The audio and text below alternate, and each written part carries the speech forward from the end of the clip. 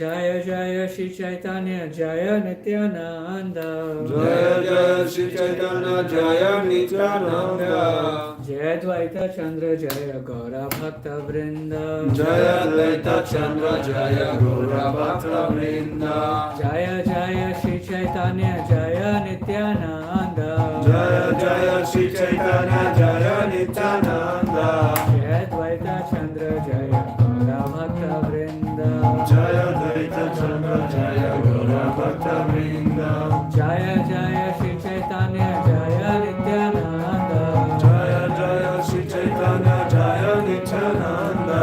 Jaya Dvaita Chandra Jaya Gaura Bhakta Vrinda. Jaya Dvaita Chandra Jaya Gaura Bhakta Vrinda. Actually, that sounded nice. Okay, so Hare Krishna. We're reading from Chaitanya Charitamrita, Adi-Lila, the 10th chapter, entitled The Trunk, Branches and Sub-Branches of Chaitanya Tree, verses 78-79. Khandavasi Mukunda Dasa Shri Raghunandana. Khandavasi Mukunda Shri Raghunandana. Narahari Dasa Chiranjiva Sulochan. Narahari Dasa Chiranjiva Surochana. Esava Mahashaka Chaitanya Kripadham. Esava Mahashaka Chaitanya Kripadama. Prema Phala Phula Kare Yahanta Handana. Prema Phala Phula Kare Yanantandana. Khandavasi Mukunda Dasa Shri Raghunandana. Khandavasi Mukunda Shri Raghunandana.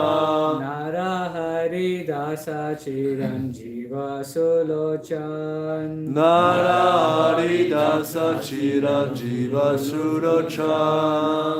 Esava Mahashaka Chaitanya Kripadham. Esava Mahashaka Chaitanya Kripadama. Prema Phala Phula Kare Yahanta Handana. Prema Phala Phula Kare Yahanta Handana. Khandavasi Mukunda Dasa Shri Raghunandana. Khandavasi Mukunda Shri Raghunandana. Narahari Dasa Chiranjiva Sulochan. Narahari Dasa Chiranjiva Sulochana. Esava Mahashaka Chaitanya Kripadhama. Esava Mahashaka Chaitanya Kripadama. Prema Phala Phula Kare Yahanta Handana.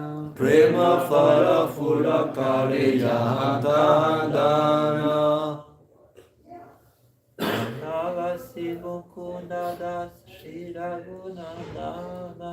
Khandavasi Mukunda Shri Raghunandana. Narahari Dasa Chiranjiva Sulochana. Narahari Dasa Chiranjiva Sulochana. Esava Mahashaka Chaitanya Kripadana. Esava Mahashaka Chaitanya Kripadama. Prema Phala Phula Kare Yahanta Handana. Prema Phala Phula Kare Yahanta Handana. Khandavasi Mukunda Dasa Shri Raghunandana. Khandavasi Mukunda Shri Raghunandana. Narahari Dasa Chiranjiva Sulochan. Narahari Dasa Chiranjiva Sulochan. এইসব মহাশকা চৈতন্য কৃপা ধাম Esaba Mahashaka Chaitanya Kripadama প্রেম ফল ফুল করে যাহা তাহা দান Prema Phala Phula Kare Yahantadana Kandavasi Mukunda Das Chiragunandan Kandavasi Mukunda Dasa Shri Raghunandana Narahari Dasa Chiranjiva Surochan Narahari Dasa Chiranjiva Sulochana Esaba Mahashaka Chaitanya Kripadama Esava Mahashaka Chaitanya Kripadama Prema Phala Phula Kare Yahantahandana Prema Phala Phula Kare Yahantahandana Kandavasi Mukunda Dasa Shiragunandana Kandavasi Mukunda Dasa Shri Raghunandana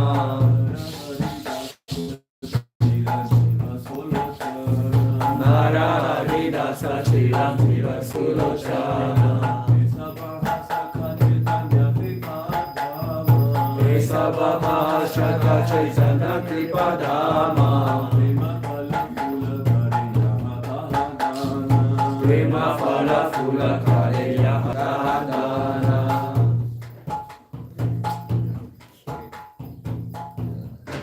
Kandavasi Mukunda Dasa Kandavasi Mukunda Dasa Mukunda Dasa, Mukunda Dasa a resident of The Shrikhanda, resident of Shrikanda Shri Raghunandana, Shri Raghunandana Raghunandana, Raghunandana Narahari Dasa, Narahari Dasa Narahari Dasa, Narahari Dasa Chiranjiva, Chiranjiva Chiranjiva, Chiranjiva Sulochana, Sulochana Sulochana, Sulochana Esava, Esava all of them, all of them Mahashaka, Mahashaka great branches, great branches Chaitanya Kripadhama, Chaitanya Kripadama of Lord Shri Chaitanya Mahaprabhu, of Lord Chaitanya Mahaprabhu the reservoir of mercy, the reservoir of mercy Prema, Prema love of God, love of God Phala, Phala fruit, fruit Phula, Phula flower, Kare Kare, does,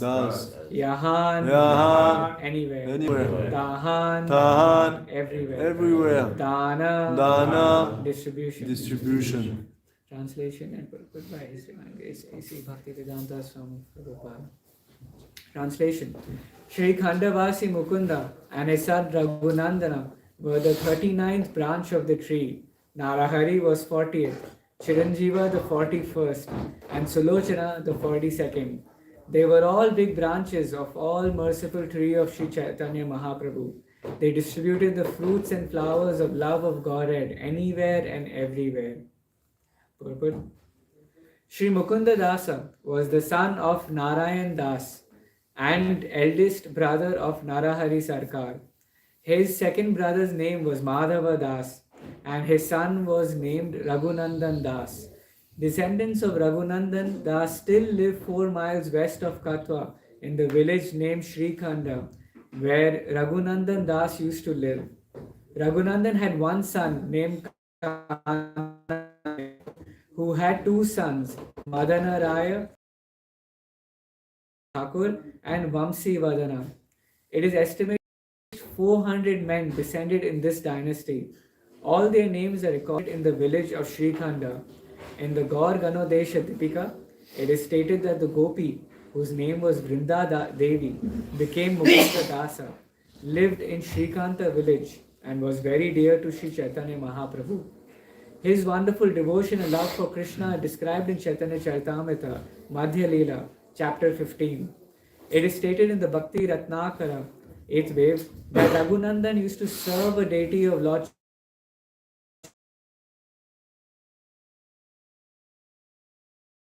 was very Das Thakur, the celebrated author of Sri Chaitanya Mangal, was his disciple. In the Chaitanya Mangal, it is stated that Sri Gadadhar Das and Narahari Sarkar were extremely dear to Sri Chaitanya Mahaprabhu. but there is no specific statement regarding the inhabitants of the village of Shrikanta. Chiranjeeva and Sulochan were both residents of Shrikanta, where their descendants are still living. Of Chiranjeeva's two sons, the elder Ramachandra Kaviraj was a disciple of Srinivas Acharya and an intimate associate of Narottam Das Thakur. The younger son was Govinda Das Kaviraj, the famous Vaishnava poet. Chiranjeeva's wife was Sunanda and his father-in-law was Damodara Sena Kaviraj. Chiranjeeva previously lived on the bank of Ganges River in the village Kumara Nagara. The Gaura Ganodesha Dipika states that he was formerly Chandrika in Vrindavan. Translation again. Shri Khandavasi Mukunda and his son Raghunandan were the 39th branch of the tree. Narahari was 48th, Chiranjeeva the 41st, and Sulochana the 42nd. They were all big branches of the all-merciful tree of Chaitanya Mahaprabhu. They distributed the fruits and flowers of love of Godhead anywhere and everywhere. Om Jnanatirmirandasya Jnananjanashalakaya Chakshurunmilitam Yena Tasmai Shri Gurave Namaha Shri Chaitanya Manobhishtam Stapitam Yena Bhutale Swayam Rupa Kadamahiyam Dadani Sapadantikam Vandeham Shri Guru Shri Yuta Padakamalam Shri Gurum Vaishnavamsha Shri Rupam Sarjatam Sadhana Raghunatam Vatam Tam Sajivam Sadvaitam Savadutam Parijana Sahitam Krishna Chaitanya Devam Shri Radha Krishna Padan Sadhana Lalita Shri Vishakhamritamsha He Krishna Karuna Sindhu Dina Bandhu Jagatpate Gopesha Gopika Kanta Radha Kanta Namostute Tapta Kanchana Gaurangi Radhe Vrindavaneshwari Krishnavasute Devi Pranamami Hari Priye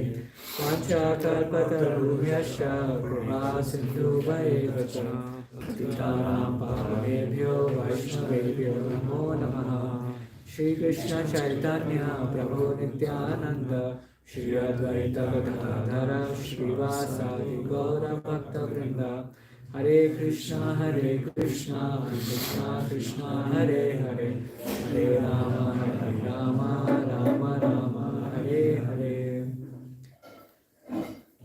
Srimad Bhagavata Prana Srimad Bhagavata Prabhu Kali Dvantoridaditya Shri Krishna Parivartita Paramananda Pathaya Prema Vashi Aksharayate Sarvada Sarva Sevyaya Shri Krishnaya Namastute Deka Bando Matsangin Makuro Man Mahadhana Manishtaraka Madhagya Mathananda Namastute Asadu Sadhu Todain Atini Chochatakara Anamuncha Kadachin Mam Prina Hekayospuram Jai Shri Srinivai Sachisuta Nalapari Sishwara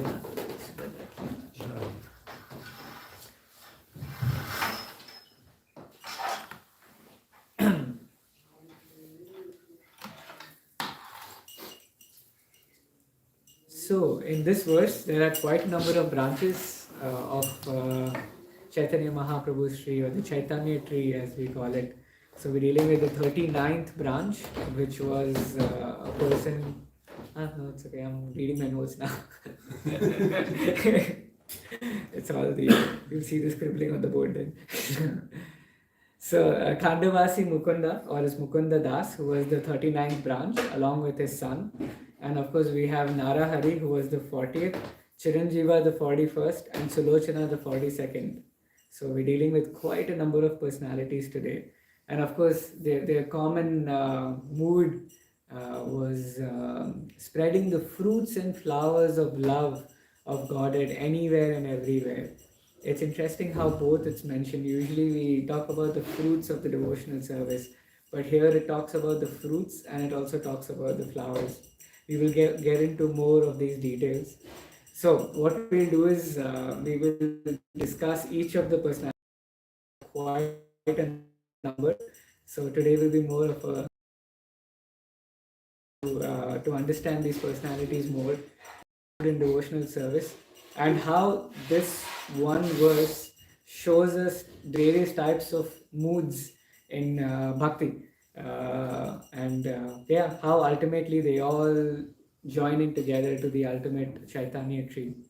So the first one is Mukunda Dasa and his son Raghunandan Thakur. So we read about Raghunandan Thakur a few weeks ago.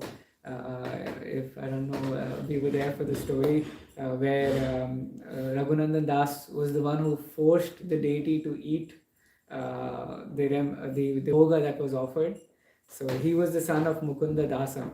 So Mukunda Dasa was a very well-known Ved or Vaidya, a great physician, doctor more or less, but not generally as the doctors that we see nowadays.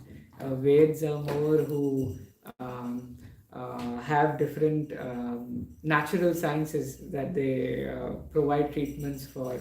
There was no like CT scan, MRI scan. There was no like these kind of different X-ray, sonography in the past. So they were known as Veds, who would many times just check the pulse of the person and be able to identify any issue that was in the body. They were so learned in their studies, so much so that they just had different herbs and different sorts of natural treatments that were given so that the body would recover quickly. So Mukunda Dasa was a very good physician, and of course, generally in the past as well, the physicians were very rich, and so was Mukunda Dasa. And he lived in a village which was called Sri Khanda, and that's why his name became Sri Khandavasi Mukunda Dasa, or Vasi means a resident. So he was a resident of Sri Khanda. Of course, Mukunda Dasa was specifically known for three great qualities of a Vaishnava: deep devotion, humility, and service, which are the best qualities in Bhakti can have. And of course, he had so many a times Prabhupada also said it that it will be Prabhupada's success if we can just have one good disciple who can ultimately, of course, go back to the spiritual world. But generally, the disciples or the sons, if the greatness of the son is defined or redefines the greatness of the father. So here, Mukunda Dasa also, his son actually became more famous, which is Raghunandan Thakur. So Raghunandan Thakur, of course, because of his special relationship with his deity, Gopinath, we'll not get into the story again because we dealt with it 2 weeks ago. But he specifically, in short, used to force his deity to eat the bhoga, like actually eat the bhoga. There used to be nothing on the plate remaining anymore. So that was his level of devotion. But both Raghunandan Thakur and Mukunda Dasa set a very important example in our scriptures. So we're going to read from Prabhupada's purport. Unless Sri Krishna Chaitanya Mahaprabhu discloses the fact, no one can understand who is actually a great devotee of the Lord engaged in his service. It is therefore said in Chaitanya Charitamrita, Vakya, Kriya, Mudra, Vineha, Na Bhujya. Even the most perfect learned scholar. So here Prabhupada's talking. Prabhupada's quoting from Chaitanya Charitamrita. This is Adi-Lila, which will come much later. But many different types of scholars and perfectionists. But all of these, Prabhupada says, cannot understand a Vaishnava's activities. A Vaishnava may be engaged in governmental service or in a professional business, so that externally one cannot understand his position. But internally, however, he may be Nitya Siddhya Vaishnava, that is, an eternally liberated Vaishnava. Externally, Mukunda Dasa was a royal physician, but internally, he was the most liberated Paramahamsa devotee. Sri Chaitanya Mahaprabhu knew this very well, but ordinary men could not understand it. For the activities and plans of a Vaishnava cannot be understood by ordinary men. However, Sri Chaitanya Mahaprabhu and his representative understand everything about a devotee, even though a devotee may be externally pretend to an ordinary householder and a professional businessman. So, Mukunda Dasa's example is very much used for this connection. That externally he was a physician, he was treating the royal family as well as the residents of Srikhanda, But internally, he was a great devotee of the Lord. And we see many examples in the same Chaitanya tree where there were many exalted people, or no people, Vaishnavas, who externally pretended to be in a normal circumstance, but internally they were all great devotees of the Lord. So it's the internal that matters. And of course, Sri Raghunandan Thakur again continued with that same legacy of his father. So he's actually, as we saw in the previous session, he was an incarnation of Pradyumna, one of the expansions of Krishna. So many times in this particular tree, we see that most of them are actually different types of gopis from the spiritual world. But here, Raghunandan Thakur is actually an incarnation of Pradyumna. So even as a child, he performed so many extraordinary pastimes of the Lord. So much so that later on in his life, it's described that he never left his deity. His deity was Sri Gopinath, if you remember from the previous. And there were so many different occurrences. It's literally, there was a point where the deity talked to Raghunandan Thakur. So one of the days, it's described that when he was older, he decided to go on a pilgrimage across different places in India. So his deity actually spoke to him and did not want him to leave. So the deity says, "Where will you go? I am always here with you." So Raghunandan could hear this voice speaking of a deity. Realizing that his beloved Krishna was fully present in the deity, he gave up all his plans of traveling and dedicated his life solely to worshipping Gopinath. So as soon as he decided to travel, so usually what we generally do is we take our deity along with us if we do travel, or we give it to another Vaishnava. But here the deity was so attached. Of course, in the traditional times when a deity was installed, the prana pratishta ceremony that used to take place, it used to take place in a certain place, and post that the deity would not travel really from that place. It's only a few circumstances we see in the Vedic times that the deity actually traveled up. Like for example, Sakshi Gopal was one of them, where the deity actually traveled just to be Sakshi, or just to be witness to some story that happened. And then, for example, even the famous deity of Srinathji from Nadwara, it moved. Radha Govinda from Jaipur, they also moved as well. So there are some circumstances. Of course, our Paraseshwara also moved their adventurous deities. But in the traditional times, we didn't hear so much about deities moving. It didn't happen in the past. It's very rare that it used to happen. So Raghunandan Thakur also never had a thought that he will take his deity along. He had enough disciples. Actually, he had a lot of disciples who could take care of the deity. Not want to leave him. Imagine if someday we get such a deity that Paraseshwara never wants us to leave him, and he says, "Where will you go? I'm always here with you," and we never leave him. So even today, this Gopinath deity is still worshipped many times. Actually, earlier during the Navadvip Mandal Parikrama, this deity used to be passed. But now I don't know if it's still accessible and still passed. But anyone going to Mayapur, we should visit this particular deity. It's so nice.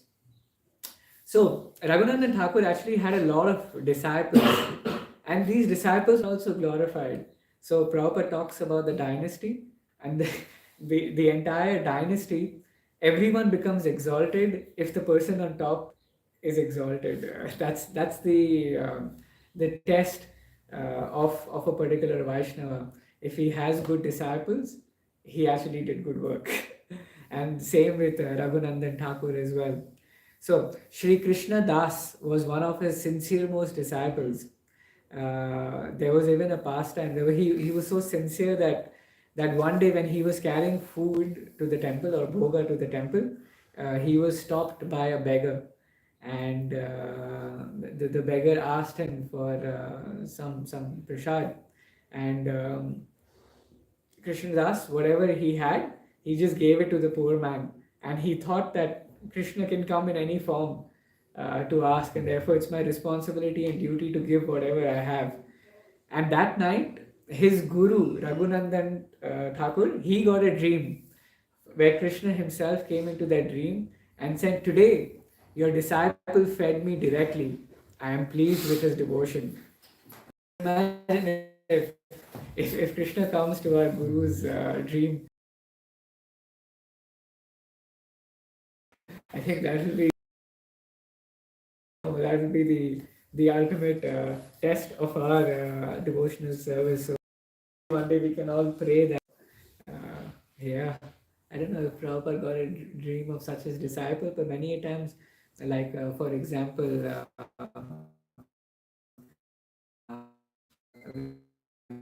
we have the picture that we put of Jayananda Prabhu. Prabhupada himself said that he went back to the spiritual world. So Prabhupada was that confident because he knew how glorious that personality was. That Prabhupada himself said that yes, he went back to the spiritual world. So the gurus know, the gurus know. So also remember that if Krishna can come in the dream of the guru to say that the temple is doing good, it can also happen the opposite. Krishna can come in the dream of the guru and say how bad or how fallen the disciple is. So we should be careful. If we do commit some mistakes, that's why we see many times, when the disciples of Prabhupada, they would, when they met Srila Prabhupada, they many times they experienced and they said that Prabhupada looked into their eyes, looked into their mind, and probably could see their entire life was just shown in front of Prabhupada. He could see everything.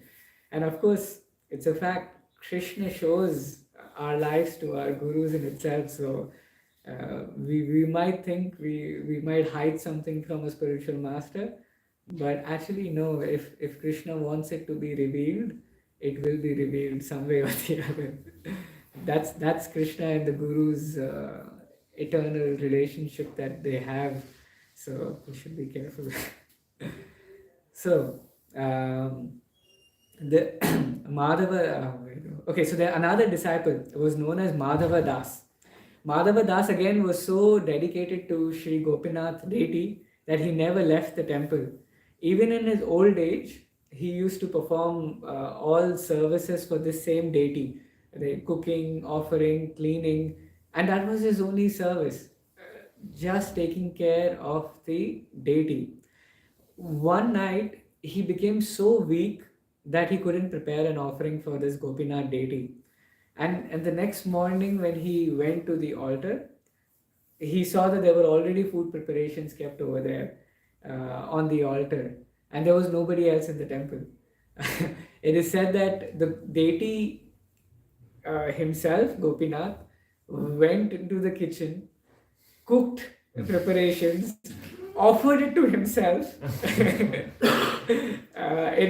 on the altar. Like, can you believe that? It's like it's not just a disciple, it's the cook, the deity themselves or himself was cooking and offering it to himself.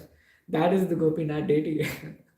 So Krishna himself had cooked and offered the food to prove that he never forgets his loving servants. At a particular point, if the servant is not well, and the offering should not stop, so he ensured it continued. Because if an offering stops, it's not nice. The guru might not be happy in traditional terms. So Krishna did not allow, Gopinath did not allow that to happen. And Gopinath themselves cooked. So sometimes we can tease Radha Parasishwara, they need to help us cook as well. Like the deity Gopinath. Actually, they help, they send people. Yeah, yeah, that's glorious in itself. Sarkar Thakur. So Narahari Sarkar Thakur, he's Madhumati Sakhi from the spiritual world. He was again a close gopi to Srimati Radha. He was actually an expert poet, singer, and a kirtan leader. And there are many bhajans that he sang to glorify Sri Chaitanya Mahaprabhu. So Madhumati Sakhi, Madhumati, Madhu means honey or honey bee as such, who's constantly attracted to Sri Krishna. And it's we might sometimes not understand, but the honeybees actually have a very melodious sound that they create. In the many of these descriptions, these sounds are mentioned in the Bhagavatam and Krishna book in different places. So, in the similar manner, when Madhumati Sakhi came down as Narahari Sarkar, he was a very good singer and a kirtan leader as well. Narahari played an important role in introducing the mood of Vrindavan. So he was the one who introduced the Madhurya Rasa that we have in our Gaudiya Vaishnavism. But one of the aspect that is glorified of him is that he never touched Mahaprabhu, like not touched his feet, never hugged Mahaprabhu. Like he always kept a distance from Mahaprabhu, which is very strange because all the other the other devotees we see would always use the chance to massage Mahaprabhu, to touch their feet, to embrace Mahaprabhu. But Narahari always kept his distance. And why? It's described as a reason that Narahari considered himself as a servant of Srimati Radharani because of being Madhumati Sakhi. And Chaitanya Mahaprabhu was a combination of Radha and Krishna himself. And therefore he said that he is not qualified to be able to have that spiritual rasa or that mellow or that relationship with Chaitanya Mahaprabhu where he could even embrace or touch Sri Chaitanya Mahaprabhu. So he always kept his distance, except one where we will come to a bit later. There was one time where okay, we just go straight to the pastime. Yeah. So one time Narahari wanted to offer chandan, sandalwood paste to Sri Chaitanya Mahaprabhu, and earlier he would not touch Sri Chaitanya Mahaprabhu in any way. So he would not even accept anything from Chaitanya Mahaprabhu in that way. So somehow Mahaprabhu did not want the sandalwood paste, but realizing that it was good for Mahaprabhu, he started to apply it on Mahaprabhu's body without Mahaprabhu even realizing it. So after when Mahaprabhu realized that he had the chandan paste all over him, he was very pleased with Narahari Thakur because Narahari Thakur could understand, Narahari Sarkar could understand that Mahaprabhu wanted the chandan paste, but he did not want to put it himself. So somehow Mahaprabhu forced Narahari to apply the chandan paste, and somehow or the other they allowed the touch to happen, which is a very unique pastime which took place because Mahaprabhu knew that he had this mood, but at the same time he played in such a way that he had to forgive or forget that mood. So Narahari is the one who composed the Gaura Artik Bhajan or the song that we sing. So he's responsible for it. So all the melodies and different bhajans that we see, many of them come from Sri Narahari. What else? Okay, so one day an advanced Vaishnava revealed Narahari is actually Madhumati Sakhi, a dear servant of Srimati Radharani in Golok Vrindavan. This is why Narahari had such a deep understanding of Madhurya Rasa. So this was actually revealed to all the Vaishnavas. So many times we see actually in many of these personalities that this revealing aspect is done where it's done by another Vaishnava. So many times Prabhupada was asked the same question, like who is Prabhupada from the spiritual world? And Prabhupada refused to say many times.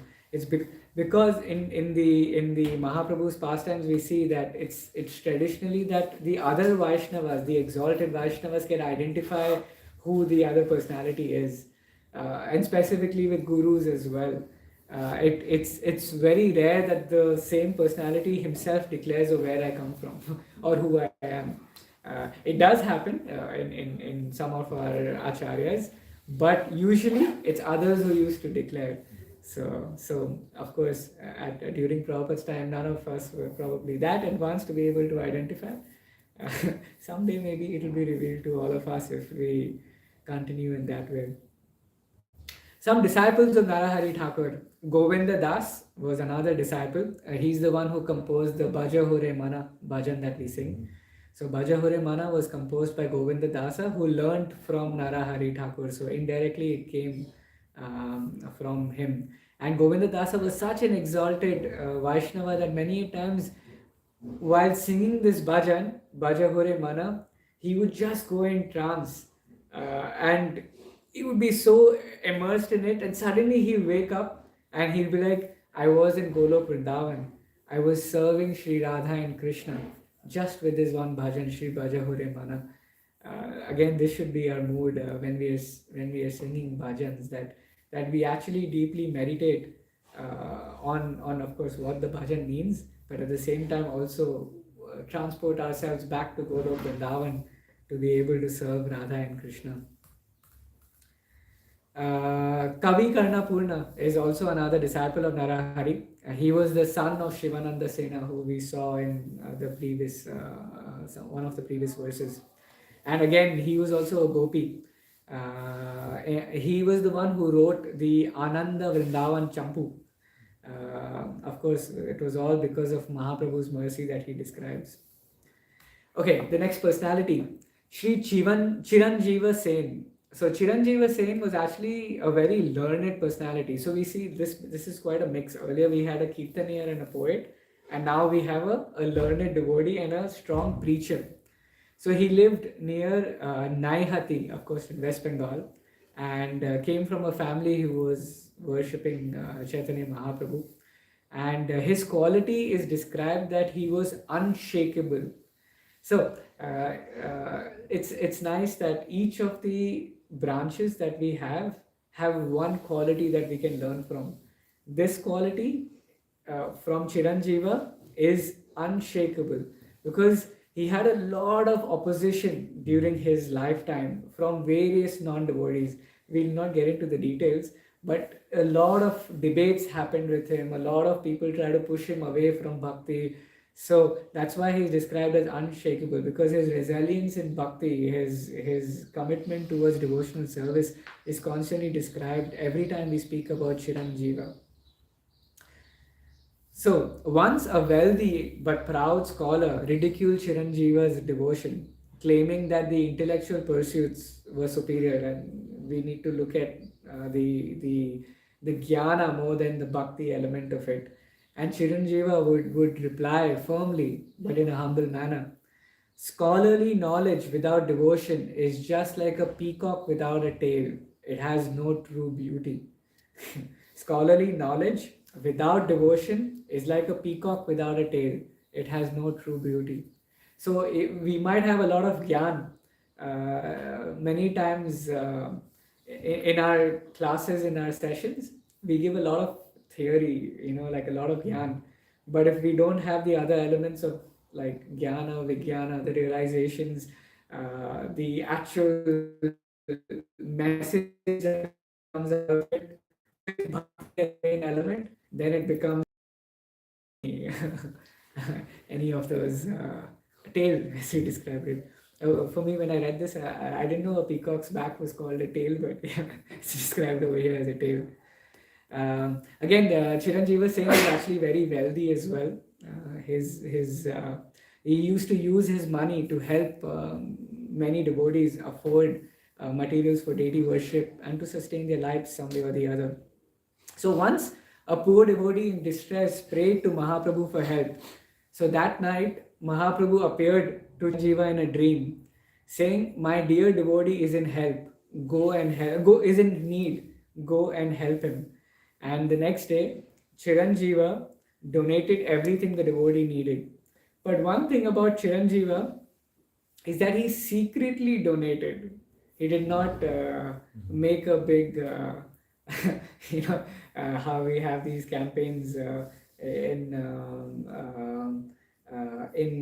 Mayapur when you go. They have this guy on the big, the devotee or the speaker. So every time you donate and he announces your name right there. So it's not something of that sort, but here it is like he donated in secret. So many times we should also try with the same mood, that we should not hope for our name to come as an announcement. But yeah, this is Chiranjeeva's quality. But of course, because he donated, it's there in the scriptures as well. That he didn't announce it at that particular time, but today all of us are discussing about this donation that he did. So it goes both ways. Somehow it just came out.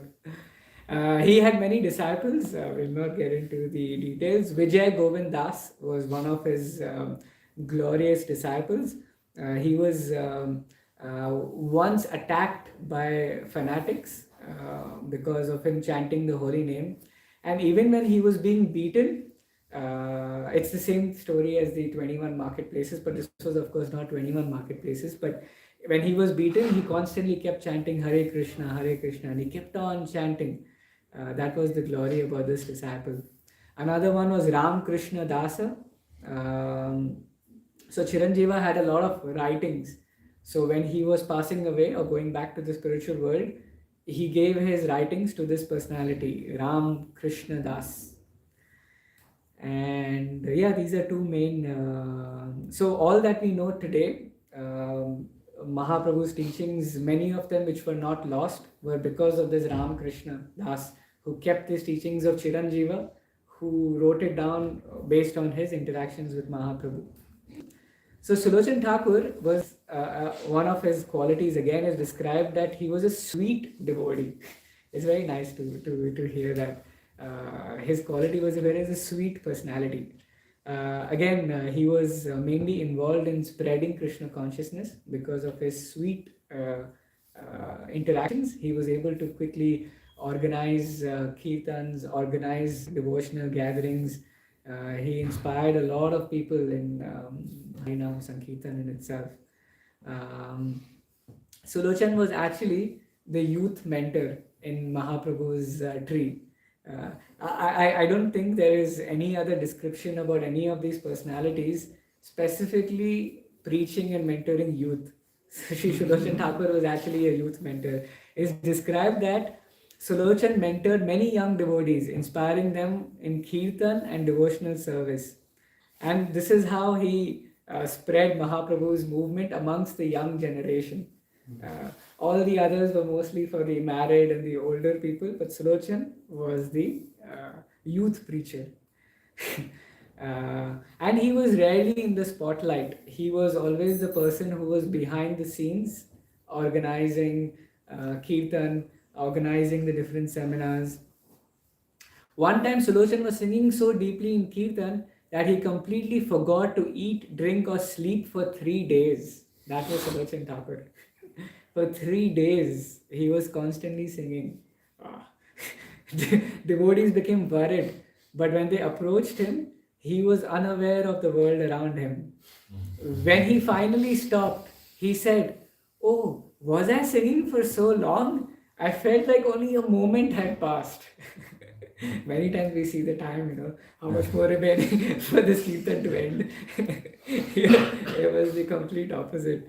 3 days without eating, drinking or sleeping, he was constantly singing the holy names of the Lord. It's unimaginable how much of love they had for the holy name. So some of his disciples, Haridas was, so he learned kirtan from Sulochan, and he also became very powerful in bhakti. So one day during a festival, it's described that a young boy collapsed and stopped breathing. And of course the whole crowd panicked what was happening. But Haridas simply sang the holy names with deep feeling. And he sang next to this particular boy who collapsed. So imagine, instead of like doing CPR, doing anything else, all he did was he sang the holy name of the Lord. And suddenly the boy opened his eyes and began dancing right away. That's the glories of Haridas, who was a disciple of Sulochan Thakur. So maybe next time we can try that. If someone falls, we can start singing. I mean, we're not that deep in the holy name and feeling, but that's the glories of the holy name. Another disciple was Sundar Das, who was of Sulochan Das's disciple. And he had only one goal in life: to dance in kirtan. This is very interesting. So during kirtan, he would forget himself completely. So he was not an organizer, he was not a singer, he didn't play any instruments. All he did was dance. So he was known as a dancer.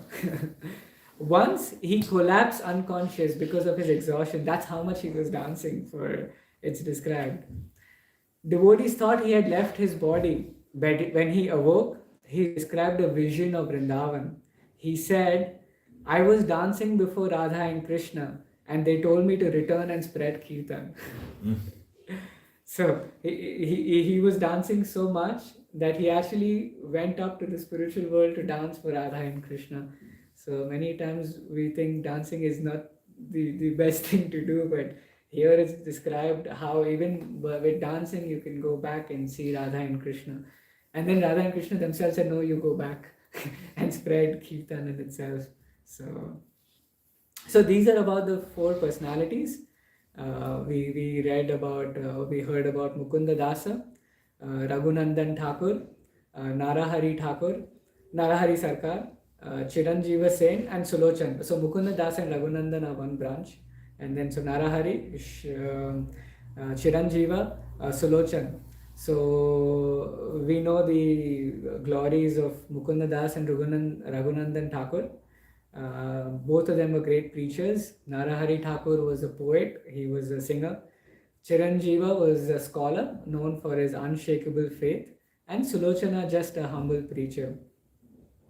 So each of these personalities described different kinds of moods in bhakti or in devotional service. Raghunandan Thakur is described that he had a childlike stubbornness in bhakti, which is how he forced the Lord to accept the offerings. Narahari had a very artistic devotion by how he was a poet. Chiranjeeva was a steadfast devotee. He had so much of faith and devotion. And Sulochan ultimately was described for his humility and his sweetness. So different moods that we can inspire ourselves, that we hopefully we pray to these personalities that we can imbibe by their mood. And every year there was a festival that was organized in Sri Khanda, the same village we were talking about, and all of these personalities would gather over there. All of them would gather in that same festival and they would all sing and dance together. And Mahaprabhu once described Sri Khanda saying, a spiritual world within the material world. So that's how glorious this village became, just because of these personalities. That Mahaprabhu himself said, this is a spiritual world within a material world. So next time we go to Mayapur, we should try and go to this village Sri Khanda to take darshan of Gopinath Dedi, and there we can pray to all these personalities that we can imbibe by their moods. So thank you. That is all for this session today. Any questions, any comments? Yes, Prabhu. I have two questions. Questions, okay. First, as it is said in the distributing fruits and flowers. What is the fruits and flowers for devotional service? Actually, that's exactly the same question I had. Okay. I was trying to understand. So we look at the Sanskrit of it. Sanskrit has more. Where is okay? So there's phala and fool. Okay, these are two elements that are described. So fruit is generally this is again my understanding of what I got out of this verse. Fruit is more or less like it's like fruits of devotional service. Yeah, it's like the result you get out of practicing bhakti. And fool is offering of that. So it can come both before the phala is given or after the phala is given. So when we offer, whether we offer ourselves, here we're talking about offering the different talents of these personalities that they had. So flower is always connected with offering ourselves or offering the fruits that we have as well. So it can come both before and it can come after. Before it comes when we have our different talents, we have our different abilities, we have our different feelings for the Lord, and we offer it. Because of that offering, we get fruit, we get a result from the Lord. which is love of God. Here is described that prema phala. So prema and phala comes together, that the fruit is of love of God. So we get that love of God. And once we get the love of God, again there is phula, which is offering it to the Lord Himself. Because once we get that, we offer it not just to the Lord. It's phula kare yaha taha. That means you offer it anywhere and everywhere. So that's my understanding of it. It's like you get the you engage your talents in Krishna's service, you get the fruit, which is love of Godhead, and then phula is basically you offer the phulas everywhere around, everywhere and anywhere as love of God. You distribute it every single place. That's why the word dana is also used in this verse. So prema phala phula kare. One second, I will display it. Prema phala phula kare, and then it describes as yahan tahan dana. So yeah, that's my understanding of it.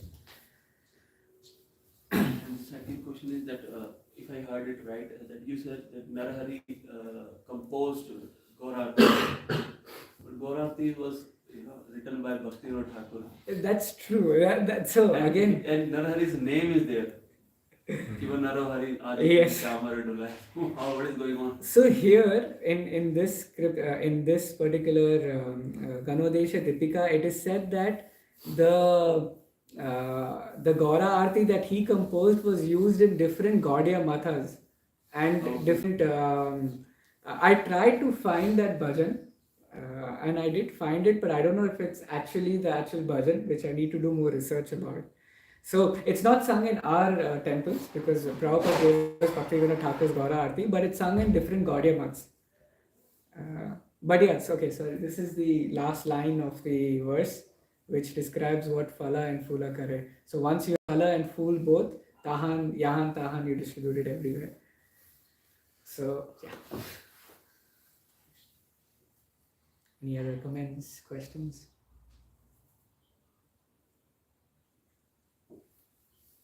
Okay. So Shri Chaitanya Mahaprabhu ki Jai. These personalities ki Jai. Srila Prabhupada ki Jai.